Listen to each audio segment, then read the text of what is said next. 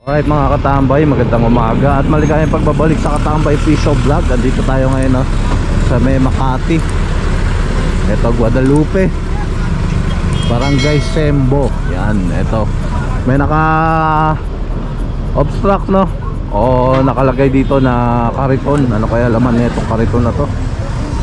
Ang mga prutas yata. Yan, papapasok na lang ni Sir Richard dito mismo sa may barangay hall, no?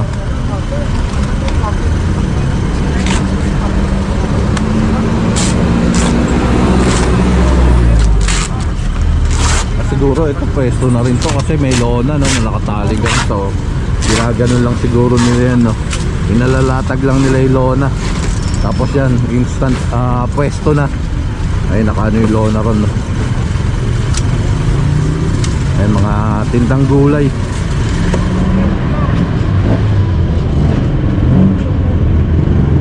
Ayan, hirap ng tanggalin. Siguro naka ano na to, no, fix. Hindi na masyadong ginagalaw to, kaya ayan, hirap morning, hirap matanggal, no.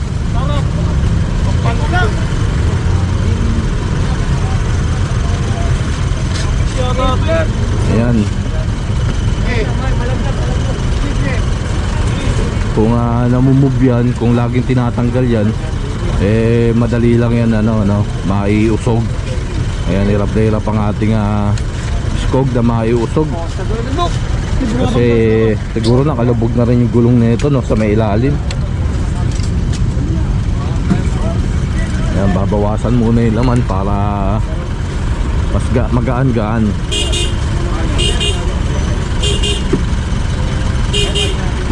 Ayan.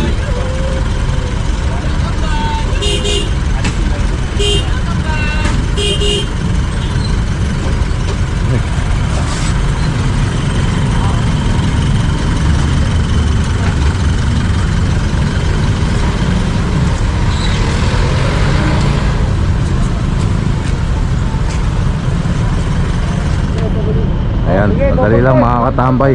Magbabalik ang Katambay. Ayan, sila nanay yung may-ari nitong mga gulay, no. Ayan, sabi ni nanay, silang nakuha na may permit sa City Hall.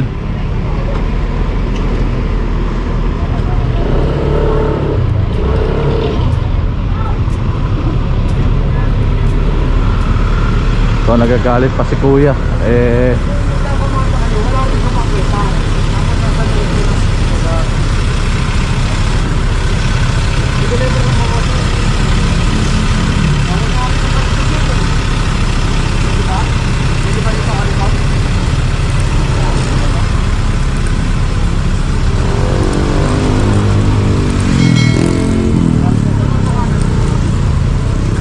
Ito yung Guadalupe Ferry Station mga katambay, no. Yan. Ayan po ang Guadalupe. Sa Comembo, dami nakaharang na karton doon. Sa Comembo po. Oo, palipat pa rin, kaya tigat sa mga doon. Saway yung mga tao rin. Opo. Ay, sana madaanan po tayo para malinis. Sana nga, madaanan nyo. Opo, salamat po. Ito yung mga kalakal, no. Sumipol lang dito sa may sa may poste. Yan, kumpiskado na.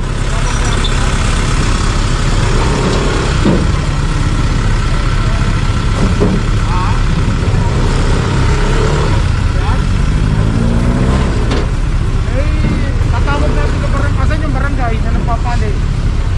Kasi pag pinatanggal ko to, dapat tanggalin din siya. House na ba yan? O sige, karga nyo na raw. Tulungan natin ang barangay dito.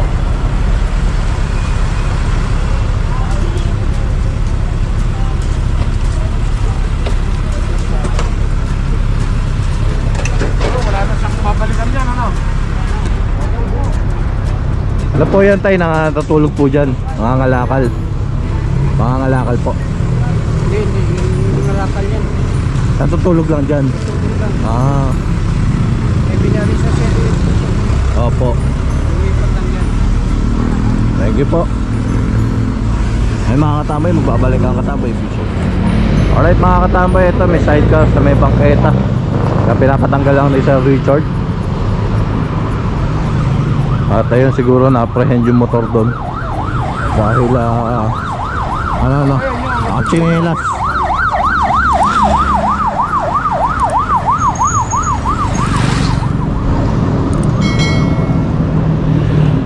Ayan. Tanong natin kay Sir Panopio. Sir, ano pong violation? Illegal. Hindi, wag mo alisin. Wag mo alisin dyan. Wag mo paandarin. Bakit ito illegal sir? Ano po? Ay, ano to, emergency base to eh. Bawal kayo din mag-parking. National road ba to? Diba? Hindi kailangan lagyan ng ano, para mabuhay lane to. Wala po siya lisensya. Meron, kasi pinapakuha ko yung ano, baka sumalto yung MB file niya. Kasi ano lang eh, gusto makita yung ano, para legit Rehistro yung po. rehistro mismo. Ayan. At the same time, dyan na siya, kunin ko na yung lisensya. Tapos kung with sidecar ba o Ang hirap ano? naman itawag dito, baka naman legit yung ano niya, yung MB file niya, pwede naman yung consider na license yun. Opo. Ay, plate license yun. Mahirap din. So makita kailangan yung ano, Pinaka-rehistro. Ayan. para sigurado tayo. Thank you po. Mabalikan tayo pag pinatod natin. Ah, Ano sir, illegal parking? Oh, illegal parking lang. Kung may lisensya, kung wala, toad. Wala, yun na. ayan. Thank you Sir Panopio. Kailangan Tingnan nga natin. Ayan yung ano. MB file. May nakalagay naman na MB file na. siyang driver. Ay kung mahawak siya ng ibang ano, depende. Dineclare niya lang siya ang driver po. driver, Pero oo. hindi siya na ano talaga. Oo. Ayun. Parang on the spot siya yung lumabas. Oo. Nag-claim niya na Oo. siya. Oo. Thank you sir. Ayun po, no. Ayan, antayin natin yung driver. Ito, tingnan muna natin sandali. Dito.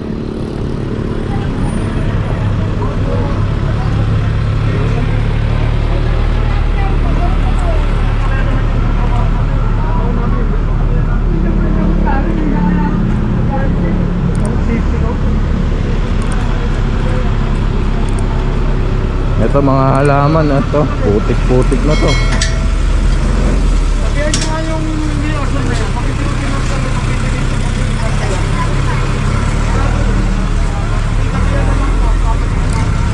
Ito pinapasabihan ni Sir Richard yung may-ari nito kasi wala nga yung lumalabas na tanggalin to.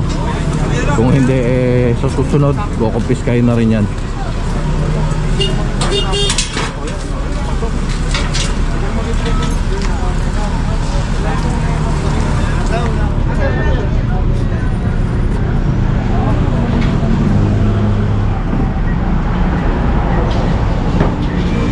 Ayun, tingnan muna natin ulit yung driver nun, yung sidecar.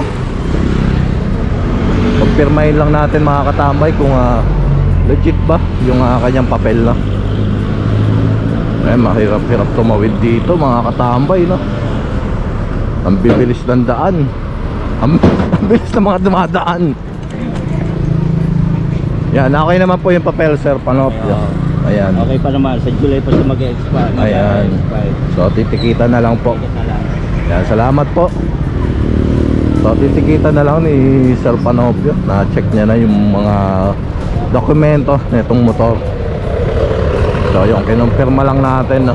Tawid ulit tayo ron.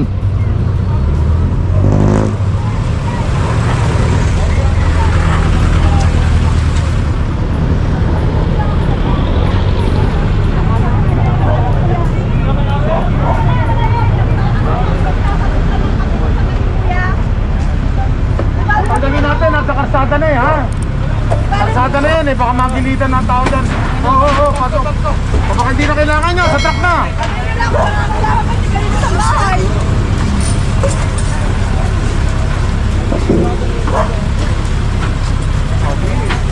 O dito, abot.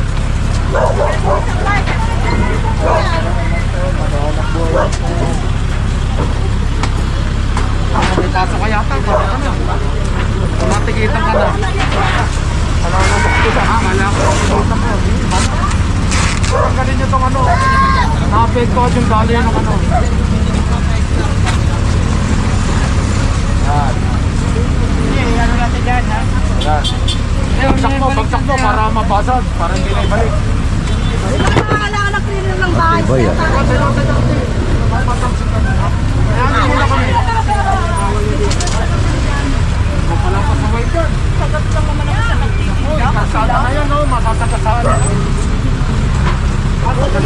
yung tindahan nandito, no? So yung mga mamimili, eto pwesto na dito sa may kalsada. Kaya nga sabi ni Sir Richard, baka makasaan na mga mamimili na. Ayan, nakapitya. Ay, di ba? O, karga na, karga. Parang may... Sino may bako? Kaya tatanggalin natin yung tropa na nagpas na ng karsate, ha? Yung wala mo po siya la, sinama eh. Alin ba? Ayun yung matang. Ayaw mo na. Sayang naman siya. Alin ba? Nakakuha ko na yun. Sayang yan. Saka yung isa kanina.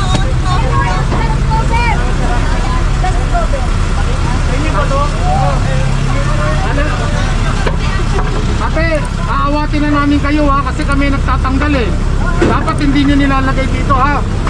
Pag ikakarga namin, ikakarga na namin ha. Sana kayo nagtatanggal eh. Ako sir, ako nagtanggal eh. Kung ikaw ang nagtanggal. Sige, sige, pinatutulungan kita. Sige, sige, pinatutulungan kita. Hindi ka pa na. Sige, sige, sige.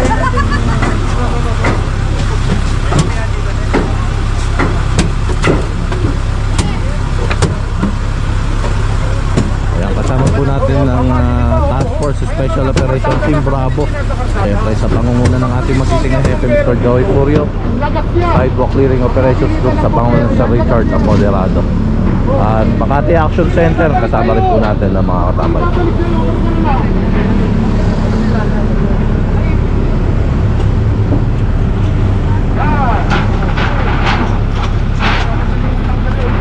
Tas.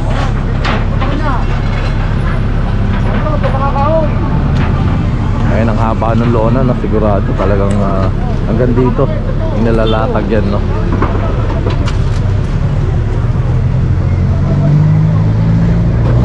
Ayan.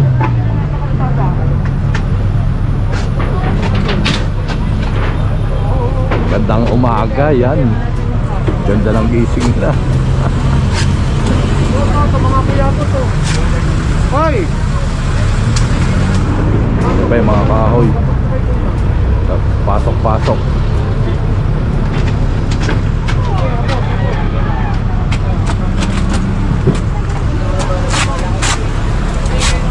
Ano papasok sa loob? Wala daw. Sige na, binabalik ko nga sa inyo eh.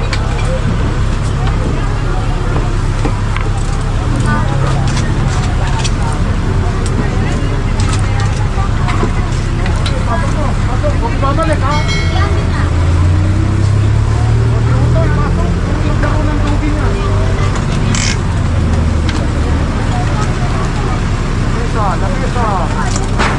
Buksan ng pangketa, buksan natin. Makasin nyo na, marami. Marami na ibalik nyo. Oh. Galing yung mga paa.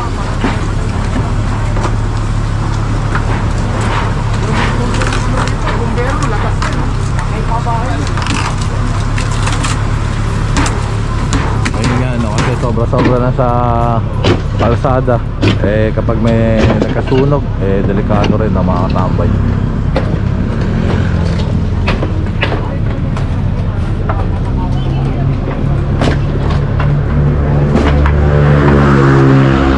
Sobra-sobra pala talaga rito, no? So sir, sobra-sobra pala rito, no? Oo. Ayun lang yung ano, kuryente, yun, no? Hanggang doon na sila dapat. Opo. So ito, can cause danger to public, mga fire hazard na to kasi nasa ibabaw sila ng kawad ng kuryente. Pati mismo yung ibang building, no? Lagpas na rin. Opo. Mga tapos sa tapos. Nasa loob na yung poste. Nasa loob na ng bahay yung mga poste rito, mga katambay, eh, no? Makikita nyo yun, di ba? Yung poste nandun na. Poste, naging poste ng Meralco, naging poste ng bahay, no? Ayos. Ang tibay siguro nun. Kakagil natin! Ay, mga poste, oh. Ayun pa, oh. Sobra-sobra talaga. Advertisement eh. Toy, dito.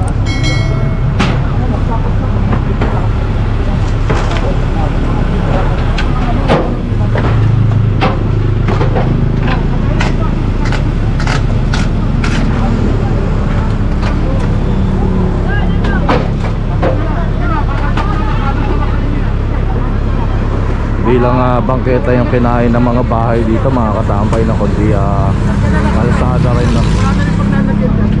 Ayan. Iwan natin malinis. Ito, wala nang papasa.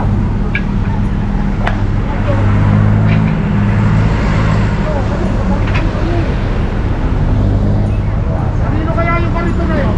Sa nakaraan eh. Kanino kaya yun?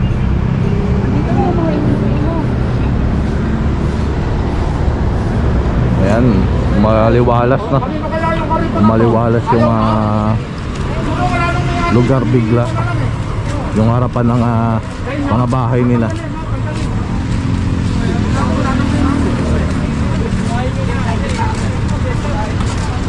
Ito pinapatanggal lang, pinapaalis ni Sir Richard itong mga kariton dito.